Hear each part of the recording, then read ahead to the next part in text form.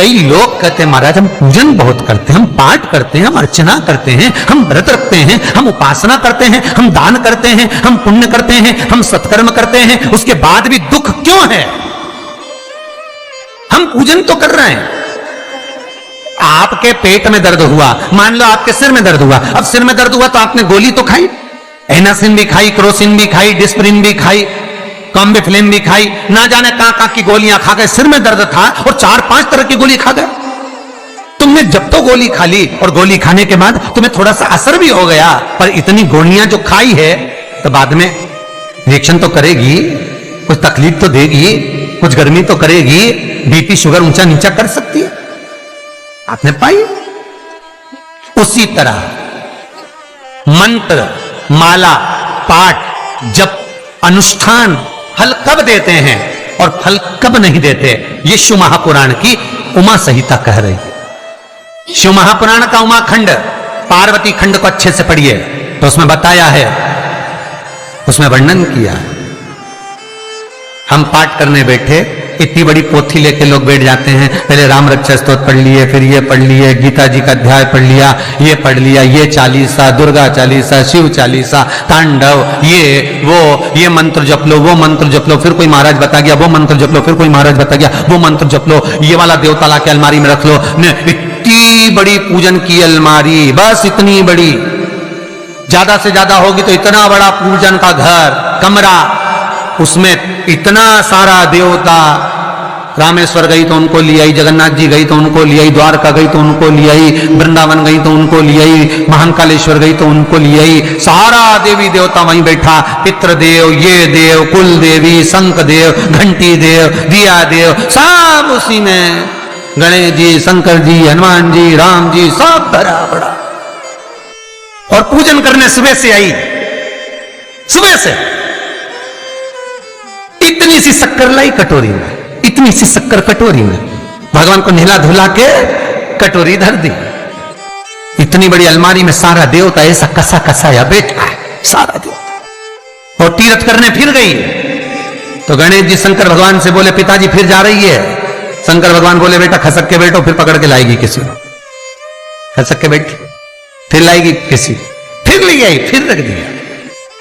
पूजन करने आई, कलश रख दिया, मंदिर में ढुल गया, भगवान पूरा गीला हो गया। गणेश जी शंकर जी से बोले पिताजी पूरा गीला करके चली गई। शंकर भगवान बोले बेटा तो कल ही आएगी, दिया लगा के गई, अब तो गीले में बैठो, अब नहीं आने वाली, कल। बहुत ध्यान देना साहब, इस कथा को आपके ऊपर लेकर समझाया जा रहा है, क्योंकि शिव महापुराण की कथा कहती है कि आप जो मंत्र जप रहे हो, आप जो माला जप रहे हो, आप जो साधना कर रहे हो, आप जो पाठ कर रहे हो, वो आप पर असर कर रहा है कि नहीं कर रहा है, वो आपको समझना। राम रक्षा स्तोत्र का पाठ करो तो पहले हनुमान चालीसा पढ़ो, फिर राम रक्षा स्तोत्र करो। शिव चालीसा, दुर्गा चालीसा, गणेश चालीसा, हनुमान चालीसा, गायत्री चालीसा, इन 4-5 चालीसा को एक साथ कभी नहीं पढ़ना।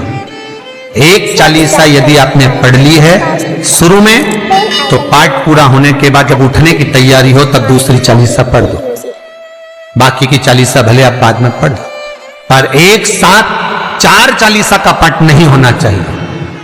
महाराज पाठ करने बैठे हो, किसी एक मंत्र की माला जप रहे हो, ओम नमः भगवते वासुदेवाय जपा, या शंकर जी का मंत्र जपा, या गुरु का मंत्र जपा, या ये मंत्र जपा, या वो मंत्र जपा, उस मंत्र को जपने में बीच में कुछ गैप होना चाहिए। एक साथ रट्टा मार पे ओम नमः भगवते, ओम नमः भगवते, श्रीमन्नारायण श्रीमन्नारायण, ओम नमः शिवाय, ओम नमः शिवाय, फिर ये जप लो, वो जप लो, पूरा पाठ सपाट सब खलास, वो श्रेष्ठ नहीं। कुछ देरी के कोई वस्तु, कोई भोजन आप बनाकर लेकर गए हो, कोई पकवान आप बनाकर लेकर गए हो, कोई फल लेकर गए हो, यदि शिवलिंग पर वो पकवान, वो मिठाई, वो फल टच हो गया तो वो खाने के योग्य नहीं रहता।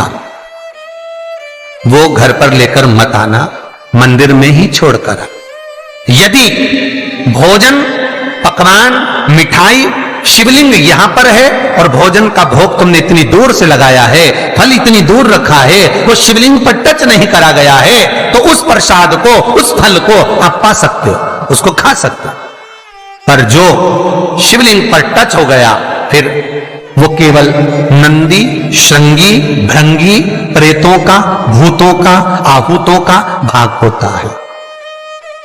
प्रेत भूत आहूतों का भाग, वो फिर खाने योग्य नहीं है। हां, यदि नर्मदेश्वर महादेव हैं, नर्मदा जी के जल से कोई शिवलिंग प्रकट हुआ है, नर्मदा जी के जल से, कोई कंकर से, नर्मदा के जल से अगर कोई शिवलिंग प्रकट हुआ है, उस शिवलिंग की स्थापना कहीं पर है या आपके घर में है, तो उसको कुछ भी टच हो जाए वो पा सकते हो, पर बाकी के शिवलिंग को स्पर्श किया हुआ नहीं पा सकते। केवल एक नर्मदेश्वर महादेव नर्मदा के जल से प्रकट हुए। कई लोग पूछते हैं ये सांप है कौन, ये सर्प है कौन, तो उसको बताओ ये भगवान शंकर के गले में जो एक सांप पड़ा हुआ है, ये भगवान विष्णु हैं।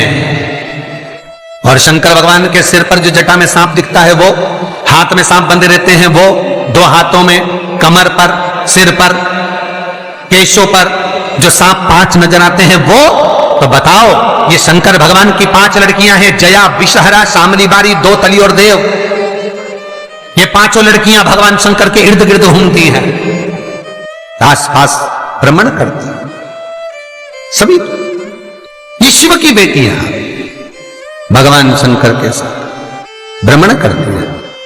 5 जया, विषहरा, शामली बारी, दो तली और देव, ये जो 5 पुत्रियां थी शंकर भगवान की, ये वासुकी को दी गई थी महाराज, क्योंकि ये सर्प की योनि में थी, इसलिए ये वासुकी नाग को प्रदान करी गई थी। वासुकी नाग कौन सा?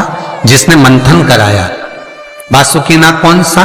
जिसके फण पर पूर्ण पृथ्वी विराजमान है। वासुकी नाग कौन सा? जो निरंतर देवताओं के हित के लिए कार्य करता रहता।